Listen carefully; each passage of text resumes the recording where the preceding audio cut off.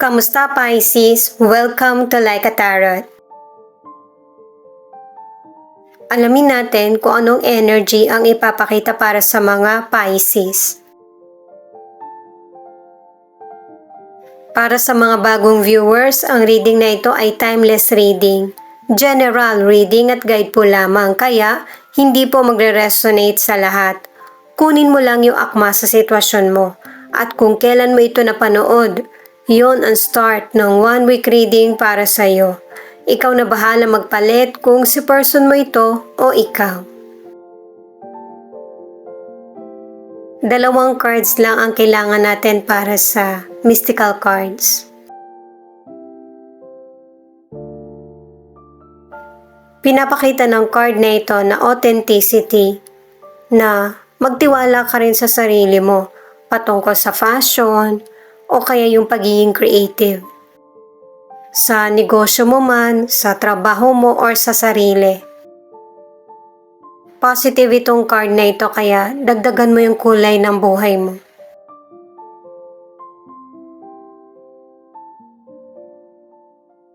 Itong cycles of life, meron talagang sitwasyon sa buhay natin na natatapos pero may mga maganda naman na dapat mong simulan. Kahit na painful yung magiging adjustment sa umpisa. Mag-let go at saka tanggapin kung ano yung nagiging daloy ng buhay mo. Siyempre, hindi yan ganun kabilis or hindi yan ganun kadali para sa atin. Iba-iba kasi tayo ng trial sa buhay at saka pag-uugali. Kung ano yung kaya at saka hindi pa kaya. Pero base sa mga cards na ito, soon magkakaroon ka rin ng clarity at saka tatanggapin mo din kung ano yung mga nagbabago sa buhay mo. Alamin naman natin ang angel number mo.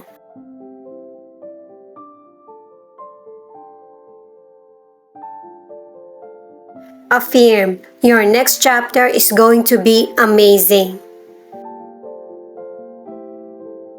Kaya i-apply natin sa buhay natin yung pagiging creative, magtiwala at saka kung ano yung bago. Alamin pa natin yung ibang detalye gamit naman ng tarot cards.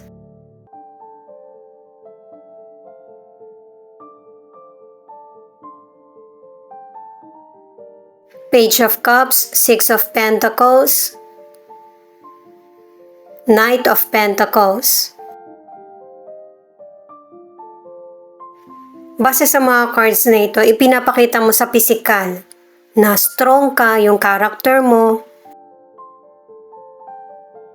Pero ang totoo, kapag nakilala ka, napaka mahiyain mo, emosyonal at saka sensitive. Alam ito ng mga taong malapit sa iyo. At saka, merong ding Pisces na meron kang tinutulungan na kamag-anak, na pinag-aaral mo, o kaya sinusuportahan. Sa career or negosyo, makakahanap ka na ng gusto mong career or negosyo. 3 cards ang nagsasabi nito. Pipirma ka na ng kontrata or sisimulan mo na ito. Sa career or negosyo, ang ilan sa inyo kung meron ka mang dinaranas na problema ngayon, merong magandang balita na darating sa iyo at saka maisasaayos mo din lahat kung ano man yung naging problema or delay sa career mo or negosyo. Kung meron kang maliit na negosyo, mas lalong mag-i-improve to, mapapalawak mo. Kasi ang ilan sa inyo sa career or negosyo, hindi ka tumitigil na mag-improve yung sarili mo sa kung ano pa yung kailangan at dapat gawin sa trabaho or negosyo.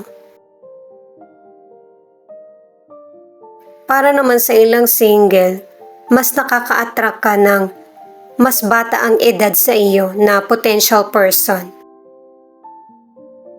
Kasi yung potential person, ang gusto niya sa makakarelasyon ay yung mature mag-isip.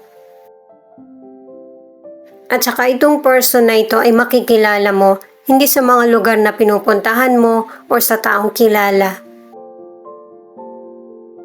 Pwedeng sa online or biglaan na pagkikita.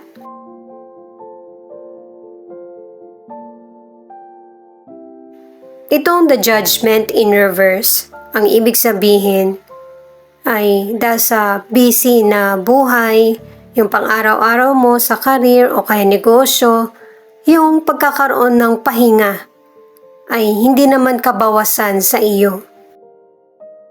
Makakatulong pa nga sa iyo para maibigay mo yung best mo sa trabaho o kaya sa negosyo. At kung meron ka mang kailangan pagdesisyonan, piliin mo yung tingin mong pang long term at saka yung kapaki-pakinabang. Ang ilan sa inyo na nasa relationship ay nagpaplano na kayo ng person mo na magpakasal or engaged na kayo. Ang iba naman ay magkakaroon na kayo ng baby. Kahit na ang ilan sa inyo nagkakaroon ng problema ang relasyon, ay nagpapatuloy pa rin yung relationship nyo. 3 of Wands, 9 of Swords, at 9 of Pentacles. Itong mga cards na ito ay connected sa mga naunang cards na meron kang gagawing desisyon. May posibilidad na patungkol ito sa karir mo.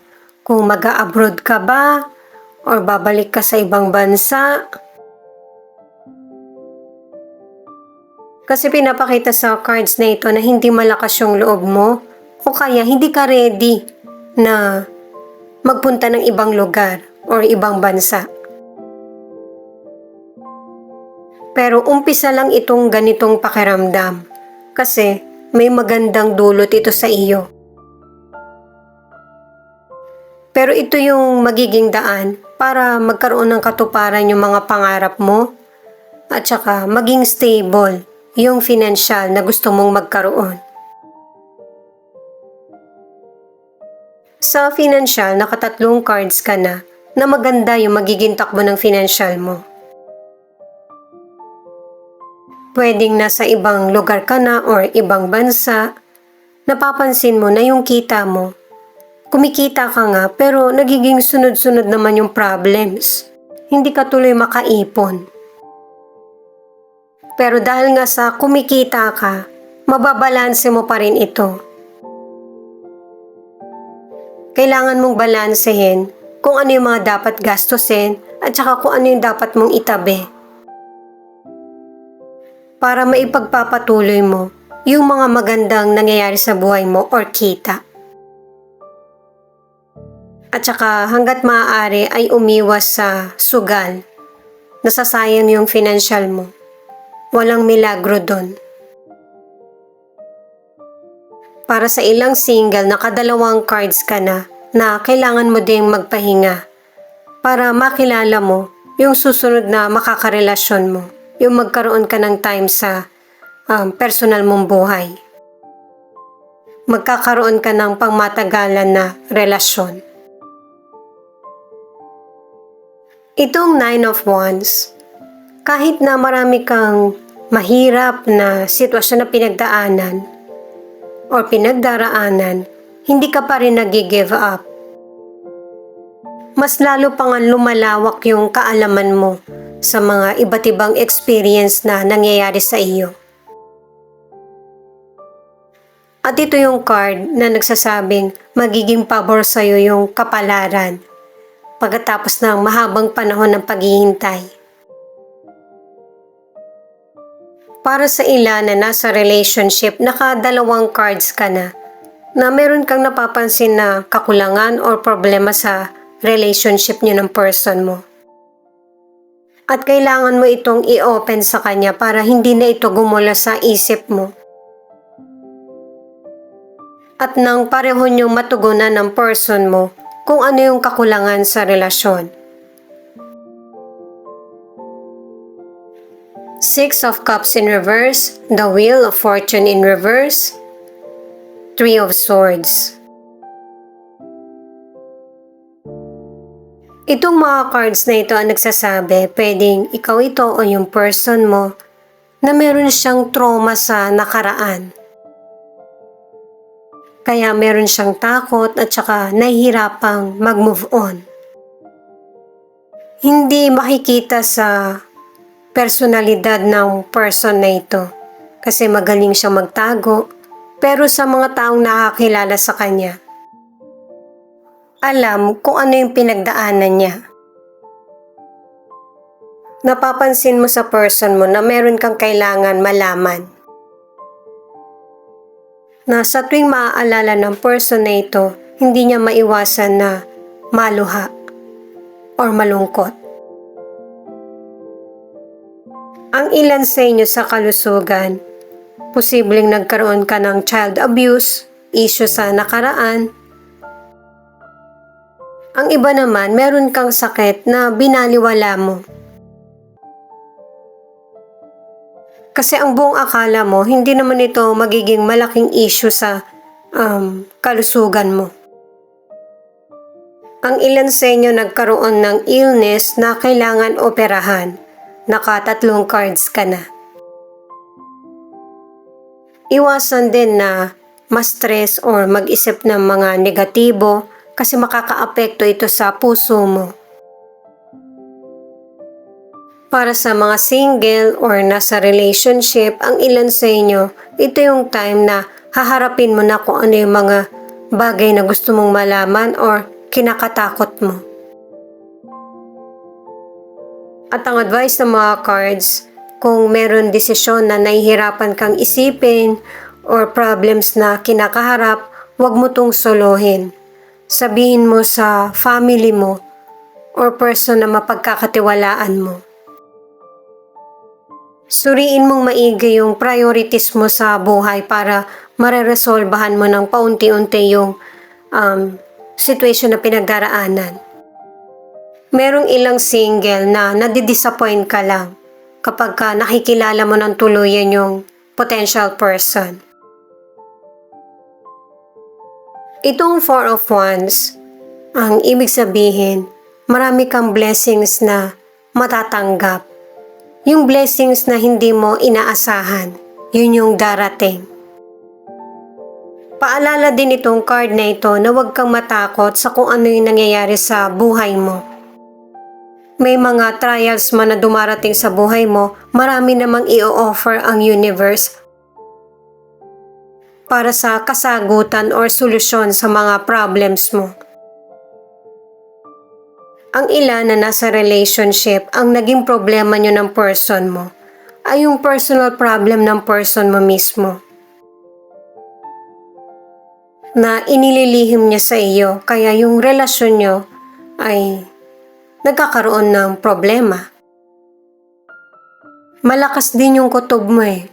Kilalang kilala mo yung person mo kapag merong pagbabago sa kanya. Kung ano man yung kakulangan or problem na kinakaharap, sabihin agad sa person para ma-save nyo ng person mo ang relationship. Aquarius, Cancer, Pisces, Libra, Sagittarius, Leo. Yan yung ilan sa 12 zodiac sign na nangunguna sa reading na ito. Posibleng hanggang sa tarot cards ka lang mag-resonate or hanggang dito sa charms. Ito naman yung mga letra na posibleng ipakita yung letra ng pangalan mo or letra ng pangalan ng person mo. D, I, D, A, G, F, T.